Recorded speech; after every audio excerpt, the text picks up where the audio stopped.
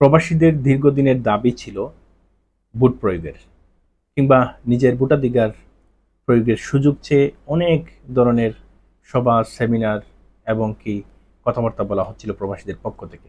সেই দাবির পরিপ্রেক্ষিতে অন্তর্বর্তী সরকার নির্বাচন কমিশনকে নির্দেশনা দেয় যে আগামী জাতীয় সংসদ নির্বাচনে প্রবাসীরা যেন ভোট দিতে পারেন।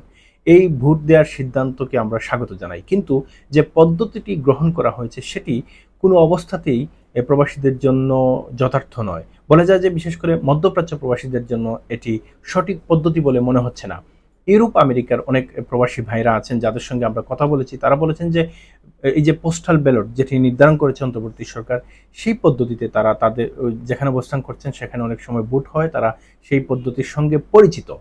কিন্তু মধ্যপ্রাচ্যের সাধারণ শ্রমিক যারা আছেন, আপনারা অবশ্যই মানতে বাধ্য হবেন যে মধ্যপ্রাচ্যে মোটা অঙ্কের কিংবা বলা যায় যে একটা সিংহভাগ প্রবাসী রয়েছেন যারা সাধারণ শ্রমিক। তাদের জন্য এই পদ্ধতিটি কতটুকু সঠিক বা তাদের জন্য কতটুকু সহজ সেটি আপনারা একটু চিন্তা করবেন। এখন বলা হচ্ছে যে এই যে প্রথমে বলা হলো প্রক্সির মাধ্যমে ভোট প্রয়োগ করা হবে প্রবাসীরা, পরবর্তীতে এটা পরিবর্তন করে পোস্টাল ব্যালটের নিয়ে আসা হলো। এই যে পোস্টাল ব্যালট সেটি কিভাবে দেওয়া হবে এটি সম্পর্কেও ধারণা এখন পর্যন্ত প্রবাসীরা পাননি। আমরা যতটুকু পত্রপত্রিকা কিংবা বিভিন্ন দেশে ভোট হয় পোস্টাল ব্যালটের মাধ্যমে সেগুলো যাচাই বাছাই করে যেটি পেলাম সেটি হচ্ছে যে একটি অনলাইনের মাধ্যমে আপনি ফর্ম পূরণ করবেন। সেই অনলাইনে ফর্ম পূরণ করার পরে বাংলাদেশে সেটি যাচাই বাছাই হবে। হওয়ার পরে যখন আপনি অর্থাৎ আপনাকে নির্দিষ্ট করা হবে যে ঠিক আছে আপনি ভোটাধিকার প্রয়োগের জন্য প্রযোজ্য, তখন আপনাকে আপনার ডাক যোগাযোগে আপনার ঠিকানায় তারা পোস্টাল ওই ব্যালটটি খামযোগে পাঠাবে। পাঠানোর পরে খামের মধ্য থেকে আপনি খুলবেন, খুলে আপনি চিহ্ন দেবেন, অর্থাৎ আপনি যে এলাকার ভোটার সেই এলাকার মানুষকে আপনি ভোট দেবেন এবং একটি চিহ্ন দিয়ে আপনি বুঝিয়ে দিলেন যে আমি অমুককে ভোট দিলাম। সেটি বাংলাদেশে চলে যাবে। কিভাবে যাবে? আপনি গিয়ে ডাক যোগাযোগের মাধ্যমে আপনি পোস্ট অফিসে গিয়ে ওটা পোস্ট করবেন।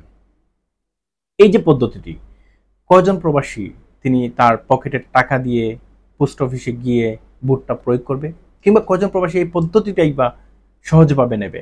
আমি বলছি না যে প্রবাসীরা জানে না, হয়তো প্রবাসীরা কারো মাধ্যমে কেউ না কেউ সহযোগিতা করলো একে অন্যকে, কিন্তু এটি কি আদৌ কি এইভাবে সম্ভব যে প্রবাসীরা তার নির্দিষ্ট স্থানে বা তার নিকটবর্তী কোনো পোস্ট অফিসে গিয়ে সে এটা বাংলাদেশে নির্ধারিত সময়ের মধ্যে পোস্ট করতে পারবে?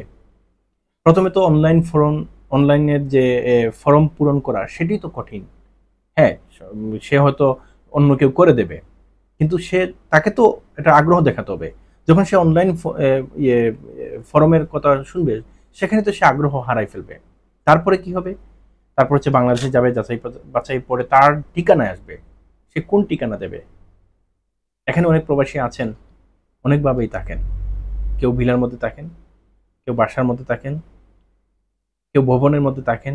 অনেক রকম বিষয় আছে এখানে যেটি হয়তো খুলাসা করা সম্ভব না।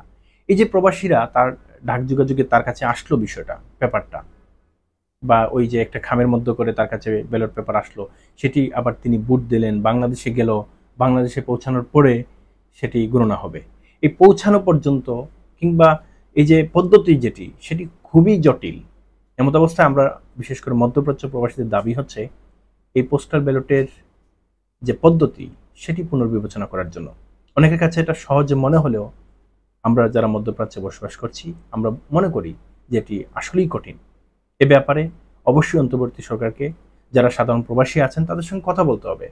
আমি জানি না কতজন সাধারণ প্রবাসীদের সঙ্গে অন্তর্বর্তী সরকার কিংবা নির্বাচন কমিশন কথা বলেছে, তবে আমরা দেখেছি ইউরোপের একটি টিমের সঙ্গে কথা বলা হয়েছে এবং আমেরিকার কিছু প্রবাসী আছেন যারা সচেতন, তাদের সঙ্গে কথা বলা হয়েছে। তাদের সঙ্গে কথা বলে তাদের পদ্ধতি অনুসরণ করে কিন্তু মধ্যপ্রাচ্য প্রবাসীদের ভোটাধিকার প্রয়োগ করা সম্ভব না। এটি ইউরোপ আমেরিকার সম্ভব, কিন্তু মধ্যপ্রাচ্যে এটা আদৌ সম্ভব কিনা না প্রবাসীরাই বলবেন। ভালো থাকুন। আল্লাহ হাফিজ।